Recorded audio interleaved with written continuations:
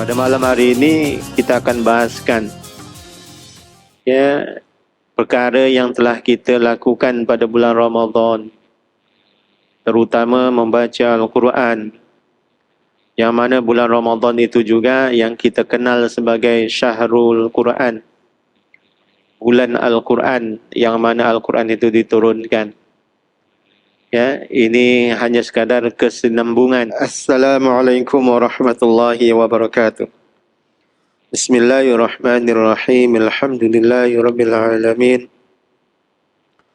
Wassalatu wassalamu ala asyrafil anbiya'i wal mursalin sayyidina wa habibina wa syafi'ina wa qurrati a'yunina wa man tawassala ila rabbina wa maulana Muhammadin sallallahu alaihi wasallam wa ala alihi wa ashabihi wa azwajihi wa dhurriyyatihi wa ahli baitihi ajma'in.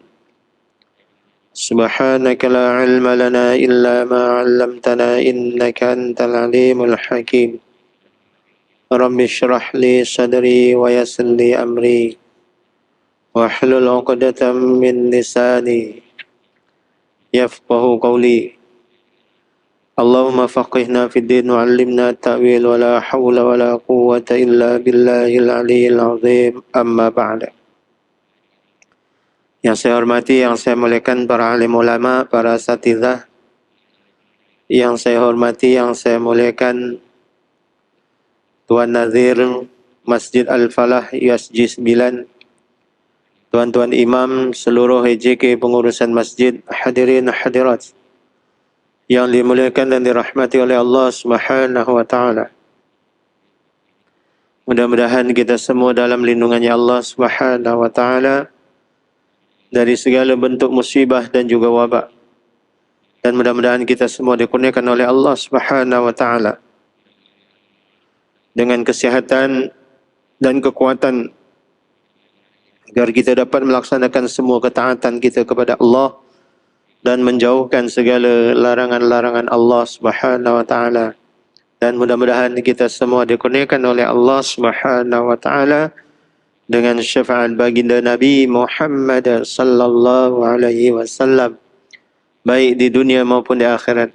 Alhamdulillah, pada malam hari ini kita dapat bertemu kembali di dalam majlis ta'lim ini. InsyaAllah saya menggantikan ustaz yang tidak dapat hadir pada malam hari ini. Kalau jadual saya insyaAllah tazkirah Jumaat minggu ketiga. Tapi diminta untuk menggantikan ustaz yang tidak hadir insyaAllah, sebab malam ni jadual asal saya belum mulai, masih cuti raya. Saya hadir insyaAllah. Pada malam hari ini kita akan bahaskan perkara yang telah kita lakukan pada bulan Ramadan, terutama membaca Al-Quran, yang mana bulan Ramadan itu juga yang kita kenal sebagai Syahrul Quran, bulan Al-Quran, yang mana Al-Quran itu diturunkan. Ini hanya sekadar kesinambungan, keterusan daripada amalan yang kita lakukan pada bulan Ramadan. Apakah setelah masuk Syawal, Al-Quran itu masih menjadi rutinitas dalam kehidupan kita, ataupun habis Ramadan Qurannya juga habis. Sebelumnya mari kita sama-sama membaca surah Al-Fatihah. Mudah-mudahan kita semua mendapat manfaat dan diberkati oleh Allah Subhanahu wa taala. Bismillahirrahmanirrahim. Liridallahi ta'ala wa khususan ila hadratin Nabi Mustafa Rasulullah sallallahu alaihi wasallam wa ala alihi wa ashabihi wa azwajihi wa dhurriyyatihi wa ahli baitihi ajma'in. Wa khususan ila hadrati muallif hadzal kitab Asy-Syaikh Muhammad Jamaluddin ibni Muhammad ibni Sa'id Al-Qasimi, wa ila hadrati sahibi kitab Ihya Ulumuddin al-Imam Abi Hamid Muhammad bin Muhammad Al-Ghazali, wa ila hadrati abaina wa ummahatina wa azwajina wa auladina wa ahlina wa masyayikhina wa masyayikhi masyayikhina wa muallimina wa muallimi muallimina wa tullabina ولجميع المسلمين والمسلمات والمؤمنين والمؤمنات الأحياء منهم والأموات شول الله لهم الفاتحة. أعوذ بالله من الشيطان الرجيم. بسم الله الرحمن الرحيم. الحمد لله رب العالمين الرحمن الرحيم مالك يوم الدين إياك نعبد وإياك نستعين اهدنا الصراط المستقيم صراط الذين أنعمت عليهم غير المغضوب عليهم ولا الضالين آمين.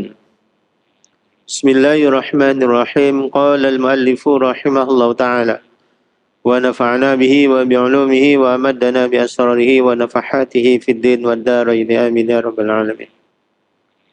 Bismillahirrahmanirrahim. Pembahasan tentang Al-Quran.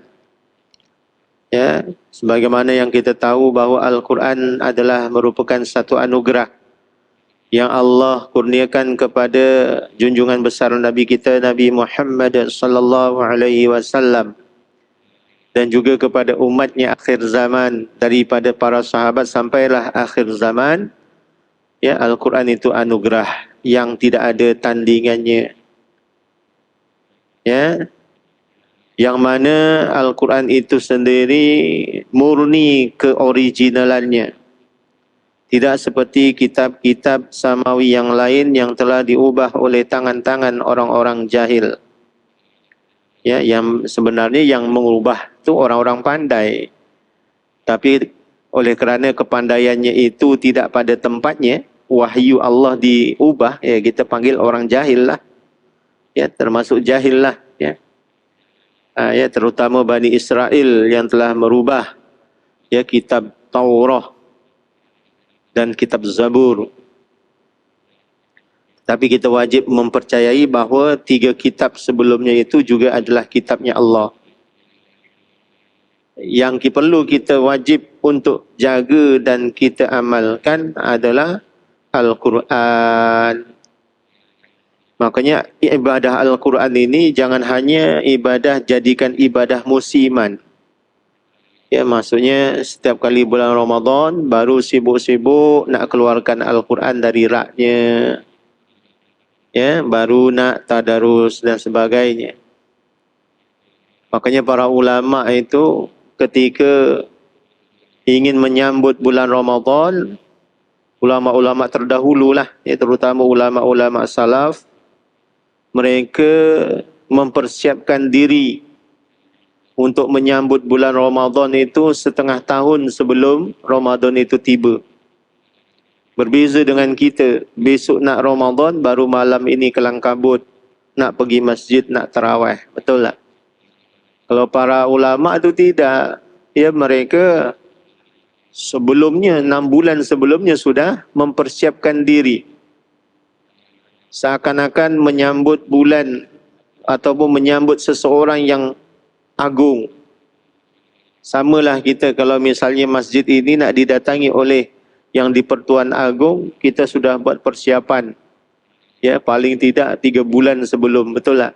Sudah bersih-bersih, sudah cat baru dan sebagainya. Ini ya para ulama, ya, dengan cara apa mereka mempertingkatkan amal ibadah, terutama ibadah membaca Al-Quran. Ya, kenapa mereka melakukan itu semua? Supaya amal ibadah yang mereka lakukan, baik baca Quran, qiyamul lail dan ibadah-ibadah sunnah yang lain, ya, mempergiatkan lagi jemaah di masjid, itu bukan sebab datangnya bulan Ramadan. Ya, nak beramal itu bukan sebab Ramadan, bukan, tetapi ya, semata-mata kerana Allah Subhanahu wa taala. Makanya setelah menjalani bulan Ramadan, ya, apakah habis begitu saja? Tidak. Mereka buat postmortem. Postmortem bukan hanya bulan Syawal, tapi 6 bulan setelahnya. Tengok ya, amal ibadah yang dilakukan pada bulan Ramadan itu betul atau tidak kerana Allah semata-mata ataupun hanya sekadar untuk menyambut bulan Ramadan. Ya, kalau berterusan istiqomah sampai 6 bulan, tadarus Qurannya tetap berjalan, qiyamul lailnya tetap dilaksanakan, ibadah-ibadah sunnah yang lain dilakukan. Ya, ini berarti ibadah yang dia lakukan ya semata-mata kerana Allah Subhanahu wa taala. Makanya Al-Quran itu termasuk amal ibadah yang paling utama. Kerana Al-Quran itu sendiri sudah dijamin oleh Allah sebagaimana Allah sebutkan dalam Al-Quran. Inna nahnu nazzalna dzikra wa inna lahu lahafizun. Sesungguhnya kamilah yang menurunkan Al-Quran dan sungguhnya kami benar-benar memeliharanya. Jadi tidak ada keraguan di dalam Al-Quran. La raiba fih. Baik dari arah depan maupun dari arah belakang. Ya, sempurna. Ya, ayat-ayatnya tidak saling bertentangan. Tidak saling bersilang. Ya. Kalau kita mengkaji Al-Quran ya kita faham. Sehingga bagi orang yang mau berfikir, ya, orang yang mau menggunakan akal fikirannya dengan cara bertadabbur, dengan cara mengkaji, mempelajari ilmu tafsir dan sebagainya, mereka boleh mengambil tauladan secara luas tanpa batas dari kisah-kisah dan cerita-cerita yang terdapat di dalam Al-Quran. Kadang-kadang Allah memberikan peringatan kepada kita tidak secara langsung, tetapi Allah jelaskan dalam Al-Quran melalui kisah-kisah atau cerita-cerita umat-umat terdahulu sebelum umat Nabi Muhammad sallallahu alaihi wasallam, seperti kaum Nabi Lut, kaum Nabi Nuh, kaum Nabi Saleh dan sebagainya, supaya kita ambil iktibar, mengambil pengajaran dan ingatan. Ya, itu bagi para pemikir. Makanya di dalam Al-Quran banyak sekali ayat-ayat Allah menyindir kita. Afala tatafakkarun, apakah kalian tidak mau berfikir? Ya, banyak sekali ayat seperti itu. Ya, jadi kalau kita gunakan akal fikiran, kita akan dapat apa yang terkandung di dalam Al-Quran.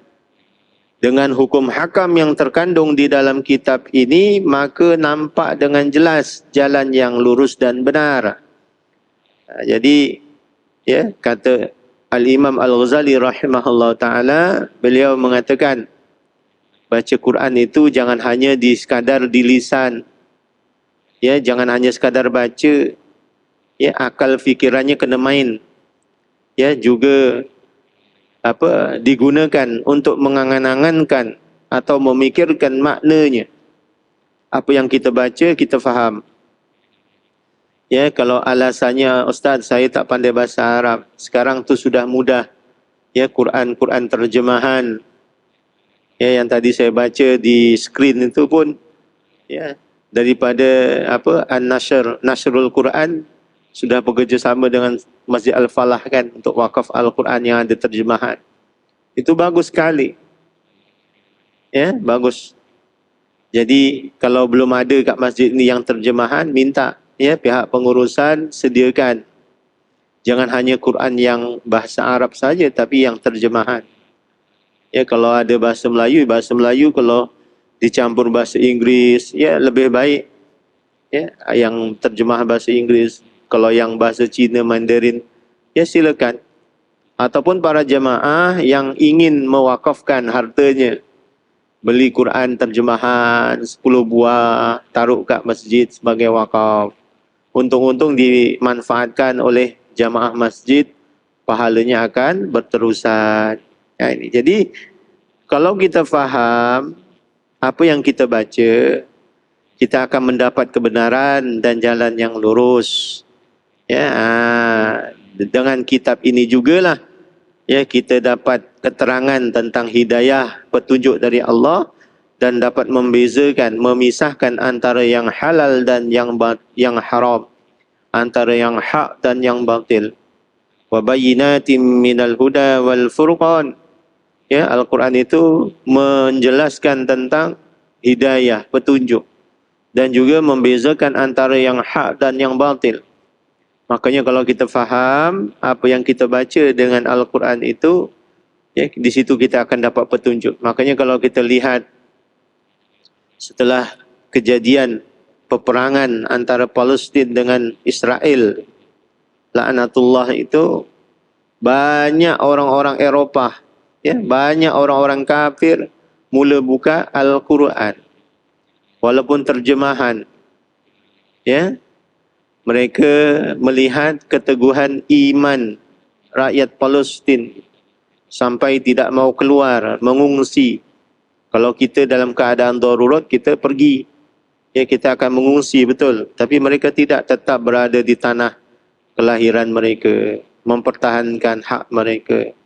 Jadi mereka ini kagum. Akhirnya mereka buka Al-Quran, mereka baca, dan mereka telah mendapat, rata-rata mendapat kebenaran dari Al-Quran itu sendiri. Ya, banyak, ya, ilmu-ilmu sains yang disebutkan dalam Al-Quran, ya, secara logik akal. Quran diturunkan 1400 tahun dahulu, yang mana belum ada alat-alat canggih yang tercipta sudah dapat, ya, menjelaskan tentang kejadian alam, tentang angkasa, tentang planet-planet, tentang kejadian manusia. Ini bagi orang yang mau berfikir, ya, mau mengkaji. Mereka akan dapat hidayah. Dan mereka dapat membezakan yang hak dan yang batil. Ya, makanya orang Islam sendiri kalau tak mau mengkaji, mereka batil. Yang batil itu mereka malah membenarkan, yang hak mereka mentidakkan. Ini yang berlaku terutama masalah LGBT. Ya, LGBT sudah jelas-jelas, ya, dilarang oleh Allah di dalam Al-Quran dengan mencontohkan keadaan umat Nabi Lut alaihi salam. Sudah jelas itu disebutkan. Tetapi mereka, ya, yang golongan Islam liberal ini, malah mereka mempertahankan atas nama hak asasi manusia. Ini, ya, pentingnya Al-Quran, ya, sebagai amalan ke dalam kehidupan. Kenapa kita perlu berterusan jadikan ia sebagai rutinitas? Kerana Nabi SAW telah sabda, "Man qara'a al-Qur'ana thumma ra'a an ahadan utiya afdala mimma utiya faqad istasghara ma 'azzamahu Allah Ta'ala." Nabi SAW bersabda, siapa pun yang membaca Al-Quran, sudah diberi nikmat pandai baca Quran, sudah diberi nikmat hafal Quran, lalu ia merasa bahawa seseorang telah diberikan sesuatu yang lebih utama daripada yang diberikan padanya. Dia melihat kawannya sukses buat bisnes.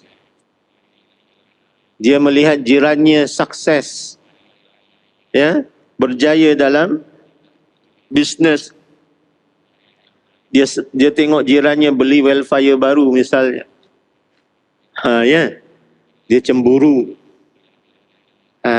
Maka sesungguhnya orang yang sudah diberikan nikmat terbesar tadi dengan boleh mengamalkan Al-Quran, dengan menghafal Al-Quran, ya, maka sesungguhnya ia telah meremehkan sesuatu yang diagungkan oleh Allah Subhanahu Wa Taala.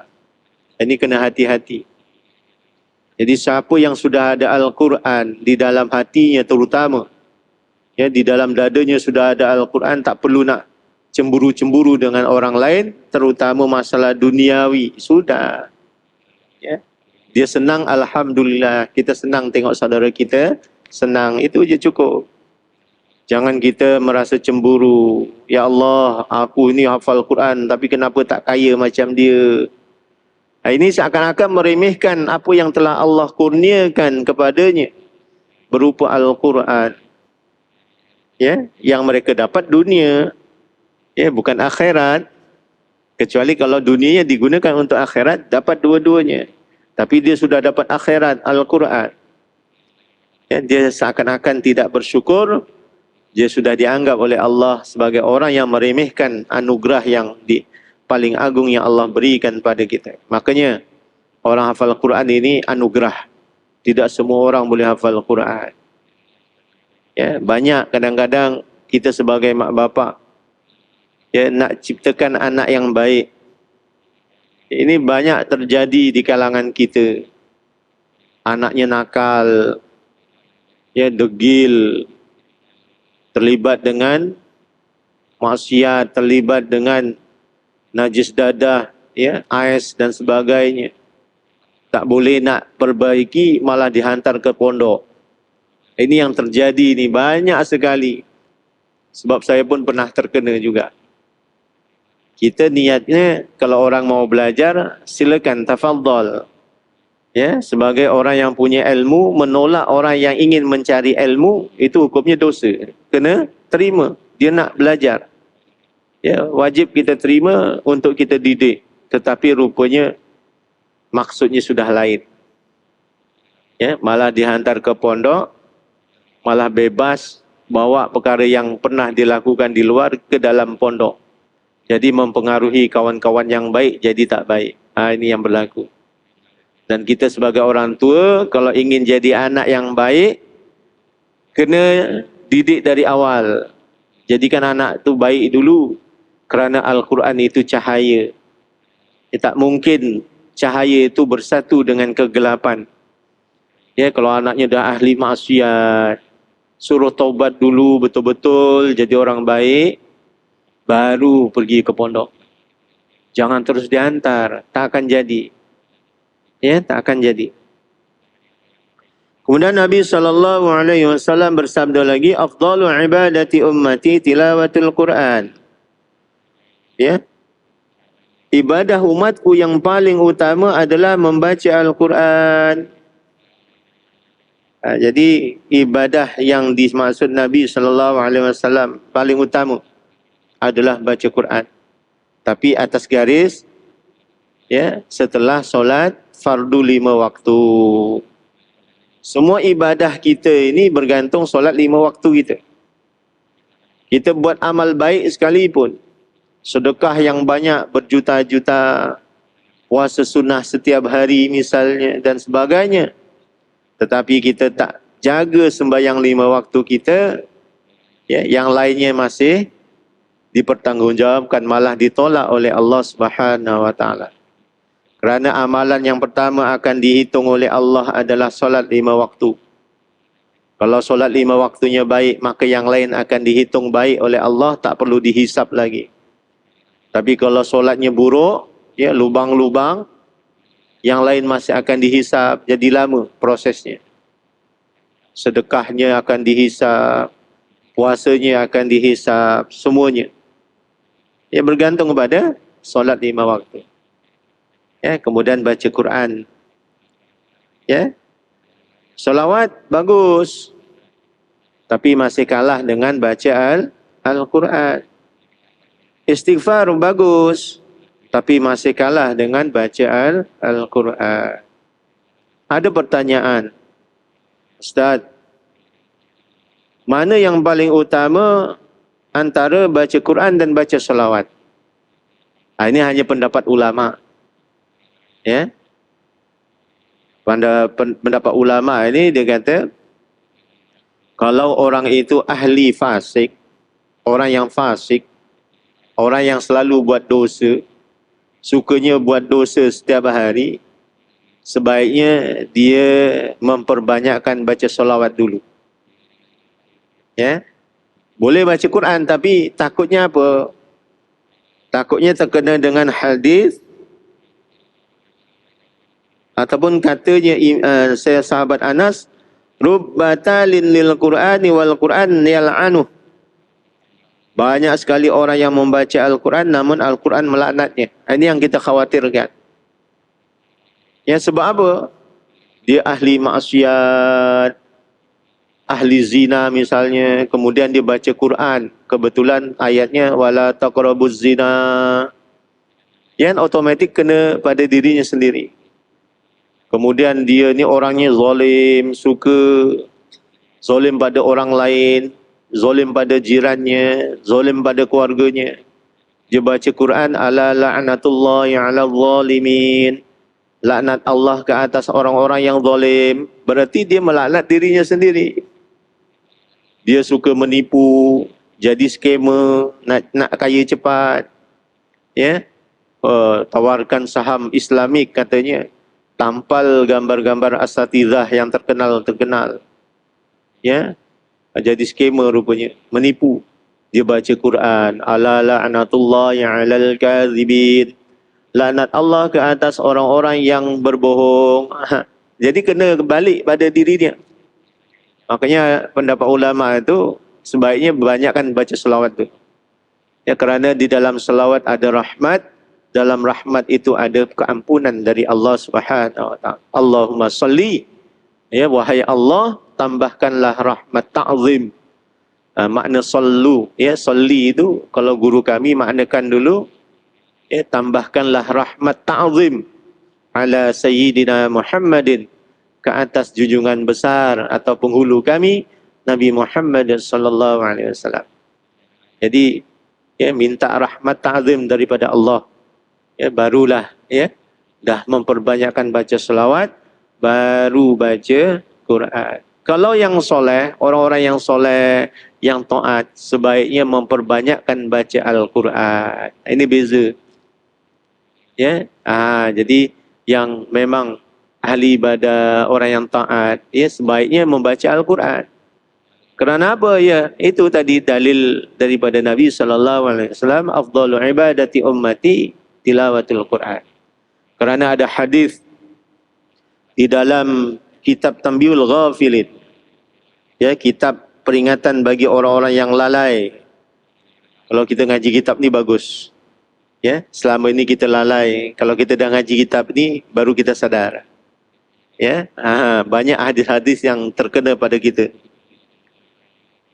An Khalid bin Bashir an Al-Husain bin Ali an Rasulullah sallallahu alaihi wasallam annahu qala, diriwayatkan daripada Khalid bin Bashir, diriwayatkan daripada Sayyidina Husain bin Sayyidina Ali karamallahu wajhah radhiyallahu anhuma, daripada Rasulullah sallallahu alaihi wasallam, sesungguhnya beliau telah bersabda, man qara'a al-Qur'ana fi sholati wa huwa qa'imun kana lahu bi kulli harfin mi'atu hasanatin. Barang siapa yang membaca Al-Quran, ini kita tengok dia punya keistimewaan Al-Quran. Barang siapa yang membaca Al-Quran di dalam solat, ya di dalam solat, dalam keadaan berdiri, sembahyang wajib ke, fardu ke, sembahyang sunnah ke, lepas baca Fatihah dia baca surah, kan minal Quran, sebagian daripada Al-Quran.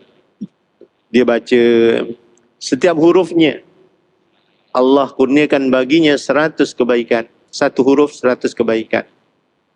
Ini besar ya.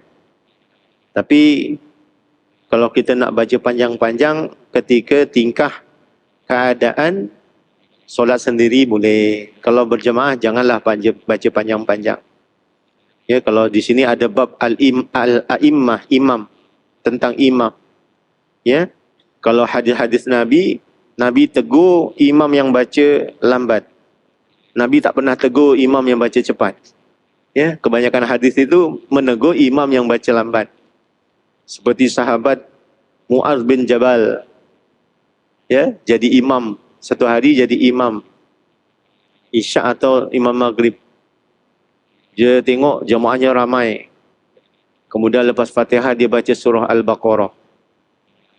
Surah Al-Baqarah, berapa ayat itu? Ya, 2 juzuk lebih. Salam, assalamualaikum warahmatullahi, assalamualaikum warahmatullahi. Tengok belakang dah tak ada makmumnya, hilang semua.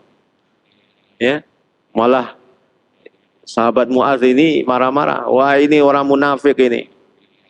Ya, jadi sahabat yang dengar itu tak terima, dikatakan munafik. Kan si ciri-ciri orang munafik ini kan malas ibadah. Akhirnya dua-dua tak terima, mengadu kepada Rasulullah sallallahu alaihi wasallam. Tapi bijaksananya Rasulullah sallallahu alaihi wasallam, ya Beliau bertanya satu pihak dengan satu pihak.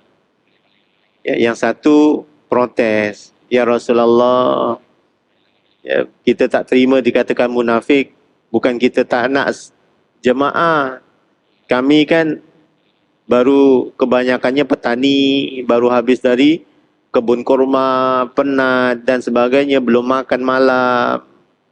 Ya, imamnya bacanya lama. Ya, ini satu sisi dia dengarkan, lepas tu ditanya pada sahabat Muaz, ya Muaz, kenapa baca panjang sangat? Saya itu baca surah Al-Baqarah kerana saya pernah jadi makmum pada tuan. Waktu itu tuan jadi imam baca surah Al-Baqarah. Jadi saya tabik pada tuan. Ittiba, maksudnya saya ikut tuan. Ya. Tapi jawaban Nabi apa? Itu jamaahnya aku sama kamu. Bukan sama mereka. Ya, kalau mereka ini macam-macam. Ada yang baru balik kebun. Ada yang baru balik kerja dan sebagainya, penat. Jadi jangan lama-lama. Memang nak cari ganjaran yang banyak, tapi tengok makmum. Kalau solat sendiri, silakan. Kemudian wa man qara'a al-Qur'ana fi sholati qa'idan kataballahu lahu bi kulli harfin khamsina hasanatin. Barang siapa yang membaca Al-Quran di dalam solat dalam keadaan duduk. Duduk ini maksudnya kalau sembahyang sunnah, ya. Kalau sembahyang fardu wajib berdiri bagi yang mampu. Kalau sakit, kalau dia mampu berdiri dulu, takbiratul ihramnya dia berdiri, kemudian dia duduk. Tak boleh langsung duduk. Itu tata cara dia. Kalau sembahyang sunnah, boleh langsung duduk. Lain. Ya. Jadi kalau misalnya dia sembahyang sunnah langsung duduk, dia baca Quran setelah Fatihah, ya panjang ke pendek, maka Allah tuliskan baginya satu huruf 50 kebaikan, separuh. Ya, kalau dalam kitab fiqah tu ada jelaskan pahala orang yang sembahyang berdiri berapa, orang yang sembahyang duduk berapa, orang yang sembahyang baring tu berapa. Ya, kalau sembahyang berdiri, sihat, berdiri, dapat pahala full 100%. Kalau dia sihat, sembahyang duduk, ya, dalam solat sunat lah, solat fardu, kalau darurat, tetap dihitung seperti pahala orang solat berdiri. Sebab sakit kan. Tapi kalau sunnah, dia langsung duduk, pahalanya separuh. Kemudian kalau dia sembahyang sunnah, langsung tidur, baring, sembahyang dalam keadaan berbaring, separuh daripada sembahyang duduk. Jadi 25%. Ya, begitu. Wa man qara'a al-Qur'ana fi ghairi sholati katabalahu bi kulli harfin 10 hasanatin. Dan barang siapa yang membaca Al-Quran di luar solat, ya, di luar solat maksudnya dia baca Quran dalam keadaan santai-santai, ya, tunggu imam datang baca Quran dulu, ya, maka Allah tuliskan baginya dengan setiap huruf, bukan ayat, bukan kalimah, bukan lafal, tapi huruf. Ya, huruf tu alif, ba, ta dan seterusnya. 10 kebaikan. Banyak kan? Kalau satu Quran kita baca tu berapa huruf kita baca sudah. Ini, ya, baca je pahalanya banyak. Makanya afdal, lebih utama dari yang lain. Wa man istama'a min kulli syai'in min kitabillah wa huwa yuridul ajra katabalahu bi kulli harfin hasanatun. Barang siapa yang mendengarkan, dengarkan saja, ya, dari setiap sesuatu dari kitabnya Allah, dan ia menginginkan ganjaran, maka Allah tuliskan baginya setiap huruf satu kebaikan. Tadi baca dapat pahala banyak, dengarkan dapat pahala banyak. Makanya Allah perintahkan, wa idza quri'al Qur'an fasma'u lahu wa ansitu la'allakum turhamun. Kan? Dan ketika Al-Quran dibacakan, maka dengarlah kalian semua, dengarkan pada bacaan Quran tadi, Dan diam, jangan borak-borak. Kalau ada orang baca Quran, ada radio bacaan Quran, diam, dengarkan. Ya, supaya apa? Supaya kalian dicintai, dikasihi, dirahmati oleh Allah Subhanahu wa taala. Perintah Allah tu, diam, jangan borak-borak. Ya, ini. Ada hadis lain. An Aisyah radhiyallahu anha, qalat qala Rasulullah sallallahu alaihi wasallam, "Man nadharu ila kitabillah ibadatun." Ya, diriwayatkan daripada Sayyidatuna Aisyah radhiyallahu anha, beliau berkata, Nabi sallallahu alaihi wasallam bersabda, dan melihat Al-Quran. Ya, melihat kita, ya Allah, lihat saja. Itu merupakan ibadah. Ya, tengok saja tu dapat pahala ibadah. Makanya kalau kita malas nak baca, dengarkan. Ya, malas nak baca ataupun malu-malu nak baca dalam majlis tadarus Quran, tak payah baca, dengarkan aja, dapat pahala. Ya, kalau malah nak dengarkan, malah nak baca, tengoklah Al-Quran, ambil wuduk, pegang Quran, buka bilik-bilik je, tengok, dapat pahala. Ya, ini hebatnya Quran tu begitu. Makanya ya, tidak dinafikan, tidak dimungkiri bahawa ibadah yang terhebat itu ya baca Quran. Kerana dia suci. Kita nak pegang pun kena bersuci. Nak baca pun dalam keadaan suci, tidak boleh dalam keadaan haid. Cuma ada perbezaan pendapat. Ya, ada menurut Imam Muzani, boleh bagi orang haid, tapi yang khusus yang hafal Quran. Yang hafal Quran supaya ya murojaah hafazannya boleh. Tapi kalau hanya untuk tadarus tak boleh. Ya, yang haid ini untuk tadarus tak boleh. Ya, kalau yang hafal Quran menurut Syekh atau Imam Muzani boleh, ya. Imam besar ulama Syafi'iyah. Begitu. Wa man qara'a al-Qur'ana hatta yakhtimahu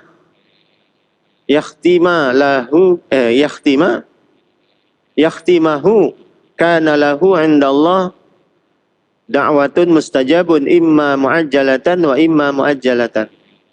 Dan barang siapa yang membaca Al-Quran sehingga khatam, maka ada baginya di sisi Allah doa yang mustajabah.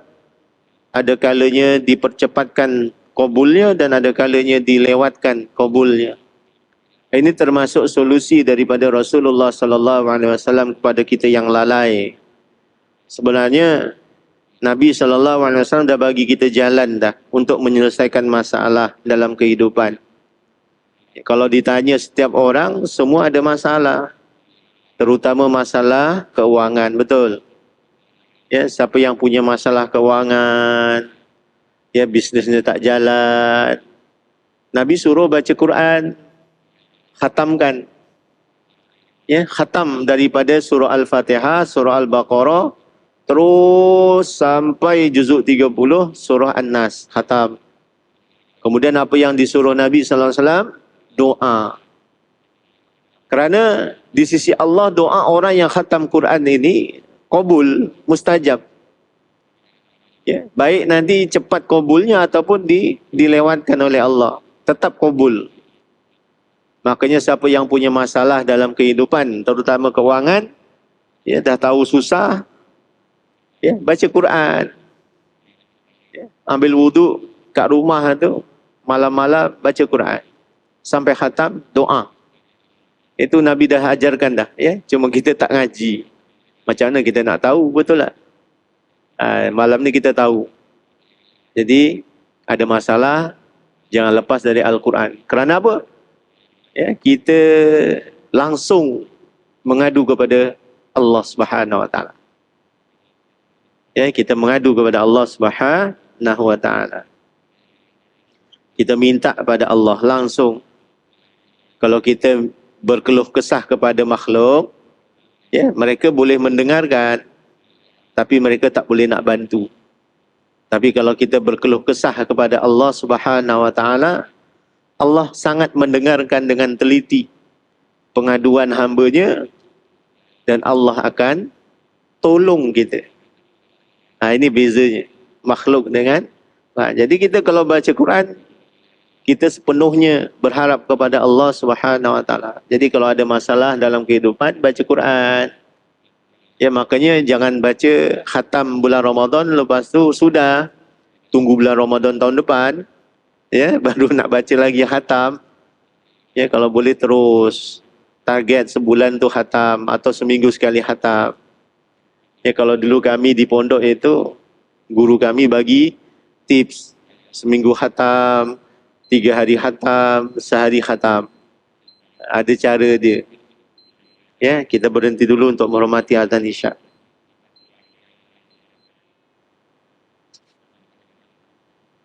Bismillahirrahmanirrahim. Wa qala Ibnu Mas'ud radhiyallahu an.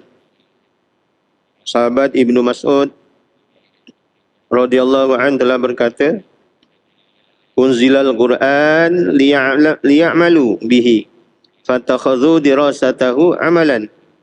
Inna ahadakum liqra'ul Qur'an min fatihatihi ila khatimatihi ma yusqitu minhu harfan wa qad asqata al-amala bi. Sahabat Ibnu Mas'ud radhiyallahu an berkata, Al-Quran diturunkan agar manusia mengamalkannya. Selain dibaca, diamalkan. Maka jadikan membaca Al-Quran sebagai rutiniti atau rutinitas dalam kehidupan. Ya, jadi jadikan dia aktiviti dalam kehidupan. Ya. Jadi luangkan waktu setiap hari itu untuk baca Quran. Jangan tunggu waktu luang. Ya, kena luangkan waktu untuk baca Quran. Entah setengah jam, nak lebih lama lagi 1 jam. Jangan tunggu, nantilah kalau dah ada waktu luang. Kalau kita menanti waktu luang, kita tak akan jumpa waktu itu. Ya, kena setiap hari itu kita luangkan waktu. Lepas maghrib sampai isyak, aku di masjid dengar kuliah. Ini dah luangkan waktu khusus. Kalau ada orang ajak ngopi-ngopi, tunggu lepas isyak. Lepas subuh sampai terbit matahari, khusus aku baca Quran. Ya, jadi kalau ada yang ajak sarapan, roti canai mamak, nanti tunggu sampai terbitnya matahari. Kena begitu.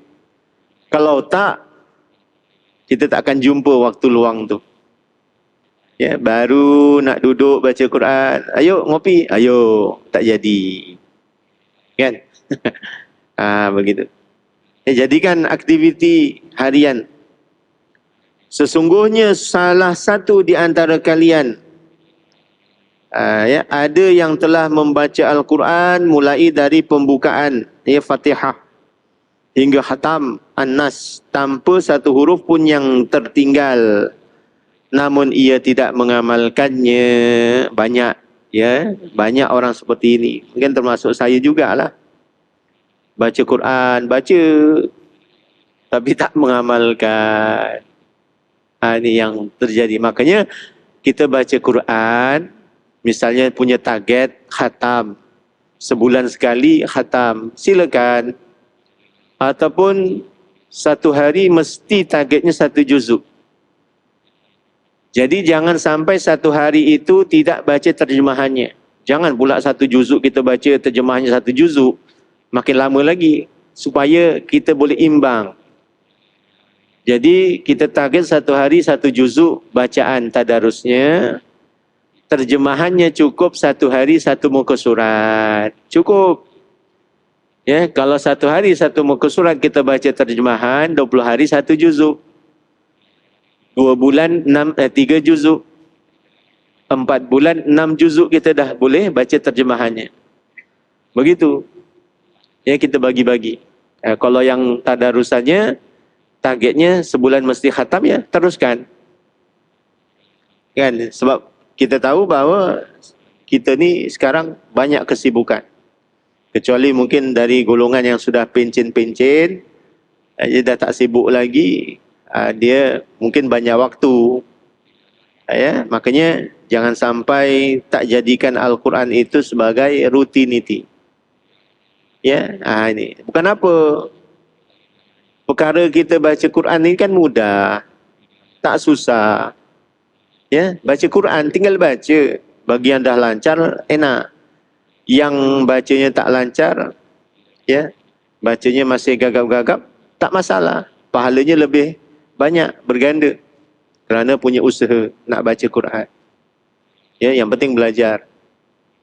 Ya, perkara yang mudah tapi kenapa kita tak boleh buat? Ya. Ini yang kita khawatirkan sebenarnya. Ya. Quran tinggal kita ambil, kita wudu, kita ambil Quran, kita buka, kita baca. Walaupun satu hari satu muka surat kan mudah. Tak makan lama pun, tak sampai berjam-jam. Satu muka surat kalau yang dah lancar paling-paling 1 minit selesai. Ya, makanya kalau ada statement betul ke Imam Syafi'i baca Al-Quran satu malam dua kali khatam, mana mungkin? Mungkin saja boleh. Ya, sebab saya yakin. Ya, kawan saya ada, saya punya satu kawan, saya panggil namanya Pak I. Dia orang Banyuwangi tapi sudah meninggal. Dia boleh menghatamkan satu juzuk 10 minit saja. Ya, bayangkan satu juzuk 10 minit. 1 jam 60 minit berarti 1 jam 6 juzuk dia boleh selesai. Jadi 5 jam boleh khatam kalau dia baca terus. Ini tak mustahil. Kan? Makanya para ulama dulu seperti Sayyidina Uthman dalam sembahyang khatam 2 kali khataman. Tak mustahil. Sebab dalam dadanya sudah ada Al-Quran. Cintanya pada Al-Quran itu luar biasa. Yang kita khawatirkan apa? Perkara yang mudah untuk kita lakukan tapi kita tak buat. Jangan-jangan. Ini yang kita khawatirkan. Jangan-jangan ini. Jangan-jangan Allah memalingkan wajahnya daripada melihat kita. Maksudnya apa? Wajahnya bukan wajah seperti kita. Maksudnya Allah tak nak tengok kita. Allah jauh daripada kita. Kita ini jauh daripada Allah. Ya, Allah tak suka kita. Ini yang kita khawatirkan. Ya, kalau kita nak tahu bahawa Allah itu teringin, rindu kat kita, kita mudah baca Quran. Ini termasuk tanda. Ya, orang yang dirindukan oleh Allah, ya, dia mudah baca Al-Quran. Ya, sebab dia membaca surat-surat cinta daripada Allah Subhanahu wa ta'ala. Wallahu a'lam bishawab. Mudah-mudahan apa yang saya sampaikan pada malam hari ini, sedikit sebanyak kita mendapatkan ilmu yang bermanfaat dan diberkati oleh Allah Subhanahu wa ta'ala, yang dapat mendekatkan diri kita kepada Allah. Kurang lebihnya saya mohon maaf di atas segala kekurangan. Ada umur panjang. Mudah-mudahan pertemuan kita pada malam hari ini bukanlah akhir dari sebuah perjumpaan. Ya, ada umur panjang kita jumpa lagi. Wabillahi taufiq wal hidayah. Assalamualaikum warahmatullahi wabarakatuh.